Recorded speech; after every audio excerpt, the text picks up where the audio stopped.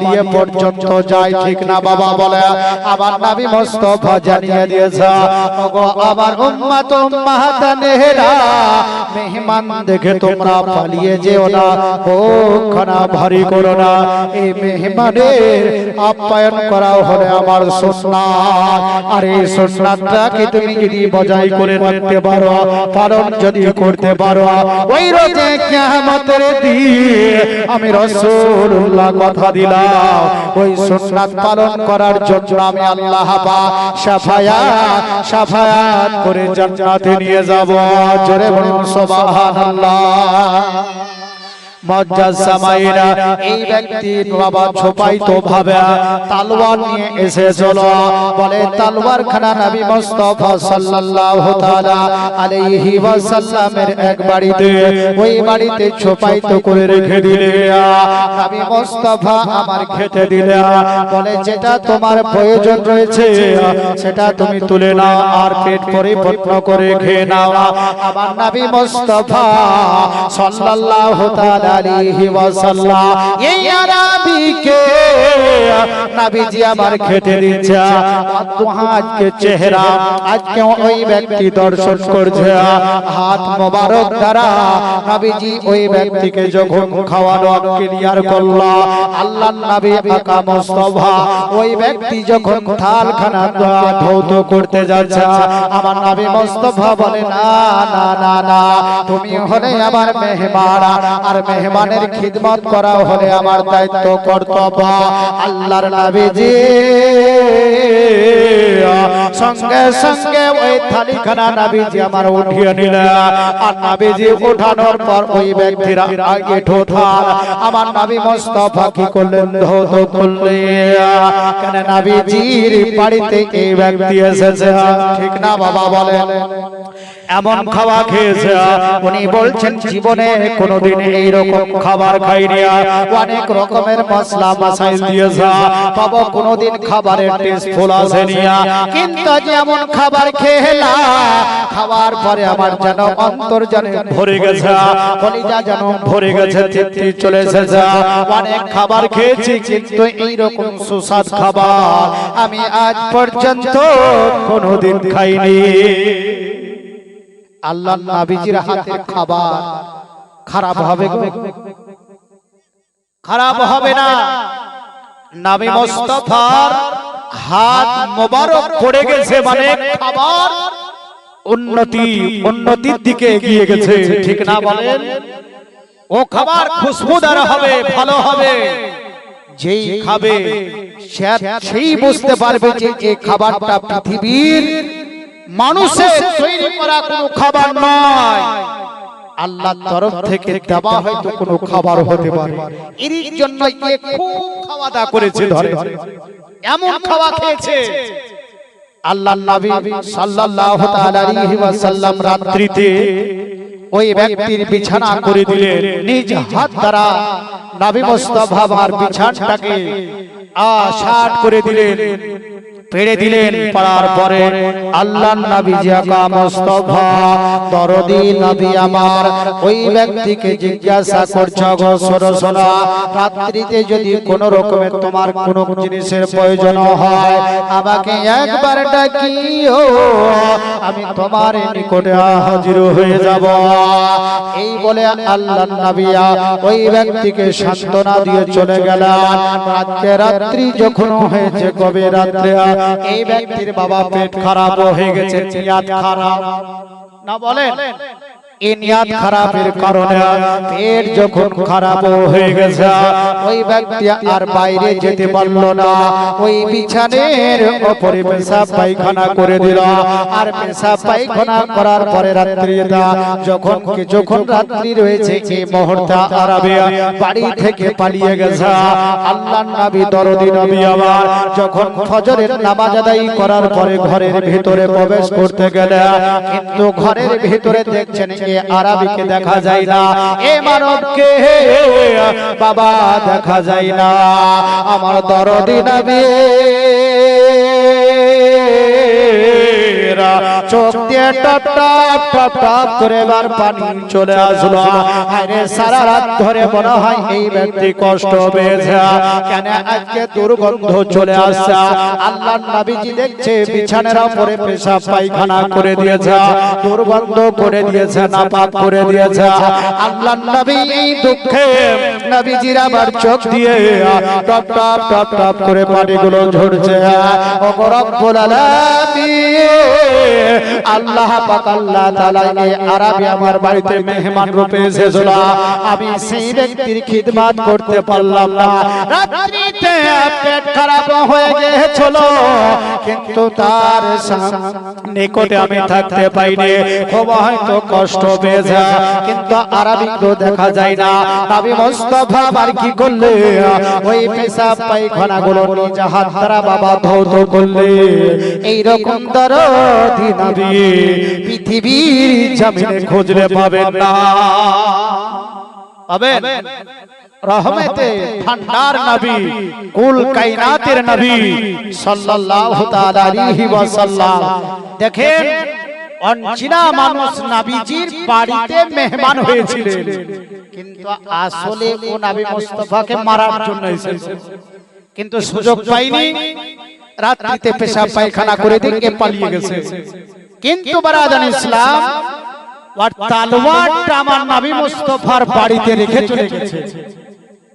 ইনি দূরে থেকে চিন্তা করছে আমার আসল জিনিস শুধু রেখে দিয়েছে, আমার তলোয়ারটা তো মুহাম্মদ সাল্লাল্লাহু তাআলা আলাইহি ওয়াসাল্লামের বাড়িতে রেখে দিয়েছি, এই তলোয়ার তো আমাকে নিয়ে আসতে হবে। উনি কি করলেন, এবার আর বাড়ির দিকে না যেয়ে নবী মুস্তাফার বাড়ির দিকে পুনরায় অগ্রসর হচ্ছে। জোরে বলুন সুবহানাল্লাহ। কেন আল্লাহ পাক বলছেন, ওরে বান্দা, তোর অন্তরে ঈমানের জজবাত আমি ঢুকিয়ে দিয়েছি, এবার যাবি আর আমার নবীর কালেমা পড়বি, যাবি আর আমার নবীজির মহামন্ত্র পবিত্র কালেমা তৈয়বা পড়ে আমার নবী মুস্তাফার খাদেম তৈরি হবি, গোলাম তৈরি হবি, সাহাবা তৈরি হবি। জোরে বলুন সুবহানাল্লাহ। সাহাবার মর্যাদা পৃথিবীর সমস্ত মানুষের আমল যদি এক করা হয়, আর সবচেয়ে নিম্নতরের সাহাবীর আমল যদি অপর পাল্লাতে দেওয়া হয়, তো ও সাহাবী রাসূলের নেকির পাল্লা ভারী। জোরে বলুন। তাহলে সাহাবা বর্গের মর্যাদা কতখানি আল্লাহর নবীকে স্বয়ং তারা দেখেছে ঈমানি হালাতে। জোরে বলুন সুবহানাল্লাহ। এবার উনি কি করলেন, পুনরায় নবীজির বাড়ির দিকে চলতে লাগলেন তলোয়ার নেবার জন্য। আমার নবী মুস্তাফা শহীদ জিবাগার নবী মুহাম্মদ রাসূলুল্লাহ সাল্লাল্লাহু তাআলা আলাইহি ওয়াসাল্লাম, আমি বাড়িতে আমার তলোয়ার খানা রেখে দিয়েছি। উনি এক পা দুই পা করতে করতে চলেছেন, দেখে লজ্জা বোধ হচ্ছে, কেন পেশাব পায়খানা আমার নবী মুস্তাফার বাড়িতে করে দিয়েছে, বিছানার উপরে করে দিয়েছে। লজ্জা ভাব নিয়া আস্তে আস্তে ধীরে ধীরে আমার নবী মুস্তাফার বাড়িতে যখন হাজির হলো, হাজির হওয়ার পরে নবীজিকে বলছে, ইয়া রাসূলুল্লাহ, ইয়া হাবিবাল্লাহ, নবী গো, আপনার বাড়িতে পুনরায় আমি আসলাম। আমার নবীজি আরবির দিকে তাকিয়ে নবী মুস্তাফার মনটা খারাপ হলো। রাত্রিতে তুমি খুব কষ্ট পেয়েছো, অথচ তোমার আমি খোঁজ খবর নিতে পারলাম না। তুমি আমার মেহমান, আর মেহমানের খোঁজ খবর আমি নিতে পারলাম না। তোমার রাত্রিতে পেটটা খারাপ হয়ে গেছিল, বদহজমিও হয়ে গেছিল, গ্যাস অম্বল হয়ে গেছিল, আর এর জন্য তুমি আজকে পেশাব পায়খানা করে দিয়েছো। এতে আমার কোনো দুঃখ নাই, এতে কোনো আমার দুঃখ নাই। আমার নবীজি আরবিকে ডেকে বলছো ওগো শোনো শোনো, বলে তুমি এক কাজ করো, তোমার তলোয়ার যেখানে রয়েছে সেইখানে দেখো মনে হয় রয়েছে, বলে ওই পেশাব পায়খানা গুলো তোমার আমি পরিষ্কার পরিচ্ছন্নতা করে দিয়েছি। যদি এর মধ্যে কোন রকমের কষ্টদায়ক কথা তোমাকে বলে থাকি, কোন রকমের যদি কোন রকমের আজকে খারাপ ব্যবহার যদি হয়ে যায়, তাহলে তুমি আমাকে ক্ষমা করে দিও, ক্ষমা করে দিও। রহমাতুল লিল আলামিন নবী দরদি নবীর এই ব্যবহার দেখে আর এই কথা শোনার পরে এই আরবি আর স্থির থাকতে পারল না। আরে পৃথিবীতে অনেক মানুষ দেখেছে রাগান্বিত হতো, বাড়ির ভিতরে আজকে লেবাসের উপরে বিছানার উপরে পেশাব পায়খানা করে দিয়েছে। আমি তো জেনে বুঝে সুঝে আল্লাহর নবীজির বিছানায় আমি পেশাব করে পালিয়ে গেছে, কিন্তু দরদি নবী আমার নিকট আসার পর আমাকে সান্ত্বনা দেয়, ওগো দরদি নবী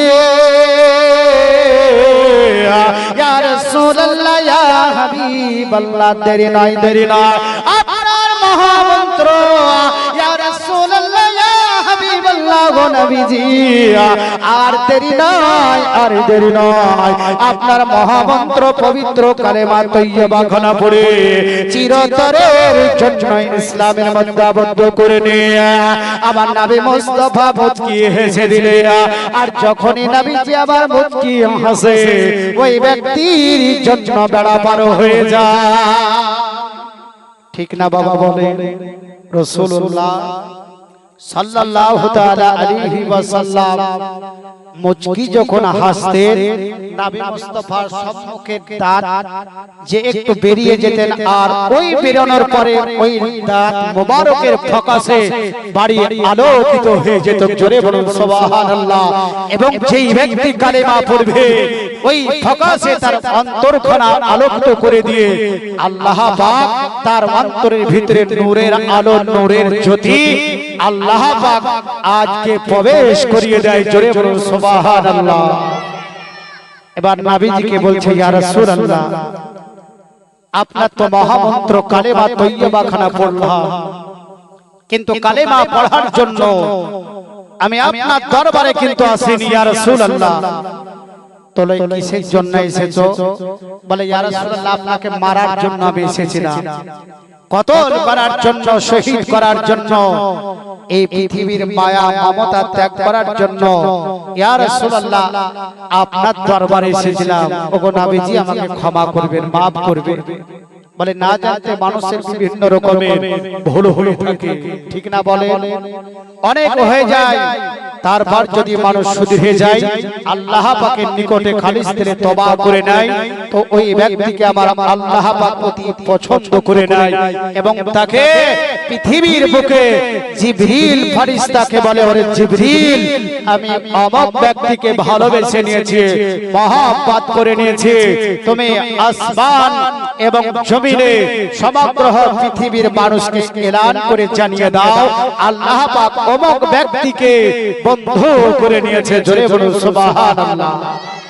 আল্লাহ পাককে জিবরিল বলবে, আল্লাহ এই ব্যক্তি তো সারা জিন্দেগি খারাপ কাজ করেছে, তো আল্লাহ পাক বলবেন, জিবরিল তোমাকে এই জিনিস জানার জন্য আমি তৈরি করিনি, আমার বার্তা বহন করার জন্য তোমাকে আমি সৃষ্টি করেছি, তৈরি করেছি, আমি যেটা বলছি সেটা তুমি কাজ করো।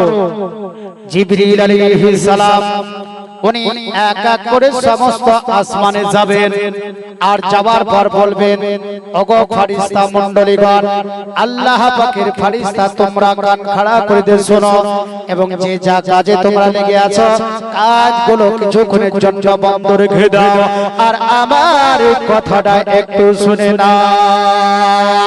জিবরিল আলাইহিস সালাম ইনি এবার বলতে লাগলেন, বলে শোনো শোনো, অমুক ব্যক্তি মানে হাজীগঞ্জ গ্রামের অমুক ব্যক্তিকে আমার আল্লাহ পাক বন্ধু ফ্রেন্ড তৈরি করে নিয়েছে, ওনাকে মহব্বত করে নিয়েছে, ভালোবেসে নিয়েছে, আর পূর্বের সমস্ত গুনাহগুলোকে আল্লাহ পাক ক্ষমা করে দিয়েছে। ওগো ফেরেশতা মণ্ডলীগণ, তোমরা জেনে নাও, শুনে নাও, জেনে নাও, শুনে নাও, আল্লাহ পাক যখন বন্ধু করে নিয়েছে, তোমরাও তাকে বন্ধু করে নাও, তোমরাও তাকে ফ্রেন্ড করে নাও, তাকে মহব্বত করো, ভালোবাসো। তৃতীয় আসমানে যাবে, ওনাদেরকে এই সংবাদটুকু যাও দিবে। তৃতীয় আসমান, চতুর্থ আসমান, পঞ্চম, এইরকম সব আসমানে যাওয়ার পরে এক এক করে সংবাদগুলো যখন দেবে, সবাই সেই দিন থেকে ওই ব্যক্তিকে মহব্বত করবেন, ভালোবাসবেন। কেন? আল্লাহর ওলিতে পরিণত হয়ে গেছে, আল্লাহর বন্ধু হয়ে গেছে, আল্লাহ পাকের ফ্রেন্ড তৈরি হয়ে গেছে। এবার আল্লাহ পাক জিবরিলকে ডাকার পর বলল, জিবরিল, ওরে জিবরিল, আর আসমানে নয়, আসমানে নয়, এবার পৃথিবীর ভূমণ্ডলে চলে যাওয়া। আর পৃথিবীর ভূমণ্ডলে যাওয়ার পরে পৃথিবীবাসীকে একটু জানিয়ে দাও, ওগো পৃথিবীর মানুষ, তোমরা শোনো, শোনো, কান খাড়া করে দিয়ে এমন একটা আমি বাণী এলান করতে যাচ্ছি, পৃথিবীর কোন মানুষের নয়, আমার আল্লাহ পাক মেসেজ দিয়েছে, যারা ঈমান ওয়ালা মুত্তাকিন হবে ও জিবরিলের আওয়াজ শুনতে পাবে না। যারা ঈমানদার, মুত্তাকিন, সালেহীন বুজুর্গ যারা হবে, তারা মজ্জাজ সামাইন ওই আওয়াজ কিন্তু শুনতে পাবেন। আর অন্যান্য ব্যক্তিগণ এই আওয়াজ বাবা শুনতে পাবে না। কেন? তাদের অন্তরের ভিতরে আল্লাহ আল্লাহ রাসূলের মহব্বত দিয়ে দিয়েছেন, এর জন্য জিবরিলের আওয়াজ শ্রবণ করবে। আর যার অন্তরের ভিতরে আল্লাহ আল্লাহ রাসূলের মহব্বত থেকে বঞ্চিত রয়েছে, ওগো পৃথিবীর মানব, আল্লাহ আল্লাহ রাসূলের মহব্বত থেকে তুমি যদি বঞ্চিত থাকো, তুমি এহ জগত কল্যাণকর হতে পারবে না এবং পরজগত কল্যাণকর হতে পারবে না। এবার আল্লাহ পাকের ফেরেশতা জিবরিল এলান করলো যে আল্লাহ পাক গ্রামের ব্যক্তিকে বন্ধু করে নিয়েছে, ফ্রেন্ড তৈরি করে নিয়েছে, মহব্বত করছে, ভালোবাসে। তোমরাও তাকে মহব্বত করো, তোমরাও তাকে ভালোবাসো, তার সঙ্গ দাও, তার সঙ্গে উঠা বসা করো, তাহলে তোমরা কামিয়াবি হবে, তোমরাও একদিন আল্লাহ পাকের সাচ্চা বন্ধু তৈরি হবে। বলে ইয়া রাসূলুল্লাহ, ইয়া হাবিবাল্লাহ, নবী গো, ওগো আল্লাহর নবীজি, আপনাকে মারার জন্য আমি এসেছিলাম। আল্লাহর নবী বলল, কেন? আল্লাহ রাসূল বলল, এই কথা যখন সঙ্গে সঙ্গে আরবি বলতে লাগলে, ইয়া রাসূলুল্লাহ, ইয়া হাবিবাল্লাহ, আপনি যখন দিন ধর্মকে মানুষের সম্মুখে প্রচার করে আমাদের খুব কষ্ট লাগতো। কেন? আমাদের দিন ধর্মের মানুষগুলো এক এক করে আপনার পদতলে হাজির হয়ে যাচ্ছে, আপনার সঙ্গ দিচ্ছে, আপনাকে ভালোবাসছে, মহব্বত করতেছে। ইয়া রাসূলুল্লাহ, ইয়া হাবিবাল্লাহ, এর জন্য আপনাকে পৃথিবীর ভূমণ্ডল থেকে চিরতরের জন্য সরিয়ে দেওয়ার জন্য আমি এই প্ল্যান করেছিলাম, কৌশল করেছিলাম। কিন্তু ইয়া রাসূলুল্লাহ, আপনার বাড়িতে থাকার পর মারার যখন চেষ্টা অনেকবার করেছি, কিন্তু ইয়া রাসূলুল্লাহ, বারবার চেষ্টা আমার ফেল হয়ে যায়। আল্লাহর নবীজি বলল, কেন? কেন? কারণটা কি? নবীজিকে বলল, ইয়া রাসূলুল্লাহ, কে যেন বারবার এসে বাধা দেয়। আল্লাহ পাক জিবরিলকে বললেন, জিবরিল রে, সিজদা ত্যাগ করে আমার নবীজির বাড়িতে চলে যা, চলে যা। আমার নবী মুস্তাফাকে মারার জন্য দেখা একজন ব্যক্তি মেহমান রূপে এসেছে, তাকে ভয় দেখা আর তাকে বলে। এইভাবে সারা রাত পার হয়ে যায়। অবশেষে ইয়া রাসূলুল্লাহ, আমি জেনে বুঝে আপনার বিস্তারের উপরে আমি পায়খানা করে দিয়েছিলাম। আমার নবীজি বলল, এতে আমার কোনো দুঃখ নাই, কষ্ট নাই। তুমি যে আমার মহাভদ্র পবিত্র কালিমা তৈয়বা খানা পড়ে নিয়েছো, এর চাইতে বড় আর খুশি কি হতে পারে? ঠিক না বলেন? তুমি যা করেছো এতে আমার কোনো দুঃখ নয়। আবার কালেমা পড়েছো, আল্লাহর রাস্তাকে বেছে নিয়েছো, আজ শয়তানের পথকে তুমি আজকে দূরে রেখেছো। সারা জিন্দেগি শয়তানের রাস্তা নিয়ে চলাফেরা করলে, শয়তানকে প্রাধান্য দিলে, শয়তানের হুকুম অনুযায়ী তুমি চলতে থাকলে, ওগো পৃথিবীর মানুষ তোমরা যদি শয়তানের কথা মোতাবেক যদি চলো, শয়তান কোনোদিন ভালো কাজের উপদেশ দেয় না, সদা সর্বদা খারাপ কাজের উপদেশ দেয়। জানে তোমার নিকট থেকে মহামূল্যবান রত্ন ঈমান খানা ছিনিয়ে যায়। এর জন্য শয়তান তোমাকে কুকর্ম দিতে থাকে, আজকে কুবুদ্ধি দিতে থাকে। ওগো পৃথিবীর মানুষ, তার নিকট থেকে তোমরা ফিরে এসে আল্লাহ পাক জগতের বুকে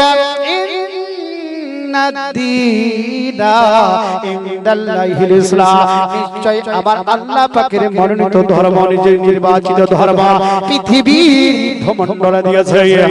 আর এটা তোমরা যদি পালন করতে থাকো, এবং আল্লাহ পাকের পবিত্র কোরআন দিয়েছে, এই কোরআনকে তোমরা যদি ভালোবাসতে পারো, কোরআন তেলাওয়াত যদি করতে পারো, অন্তরে যদি রাখতে পারো, আমার মহান করুণাময় আল্লাহ পাক ওই রোজে কিয়ামতের দিন কোরআনকে ডাকার পর বলবে, রে কোরআন বলো বলো এই ব্যক্তির সম্পর্কে তোমার কি ধারণা?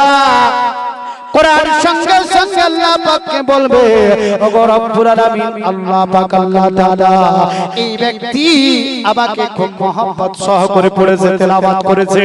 আল্লাহ গো রব্বুল আলামিন এই ব্যক্তিকে তুমি জাহান্নামে দিও না, জাহান্নামের আগুন তাকে স্পর্শ করিও না, ওই জান্নাতের মধ্যে আল্লাহ পাক তাকে দাখিল করে দাও। আল্লাহুম্মা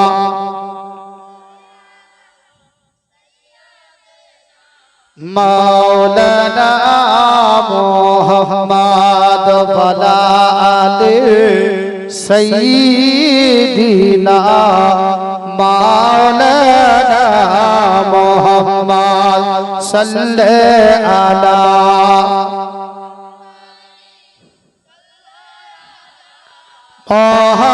মুহাম্মদ হরদম পাক নামি মুহাম্মদ হরদম জাবান শাফিয়ানা। দেখেন দরদি নবী আমার মানুষের কষ্ট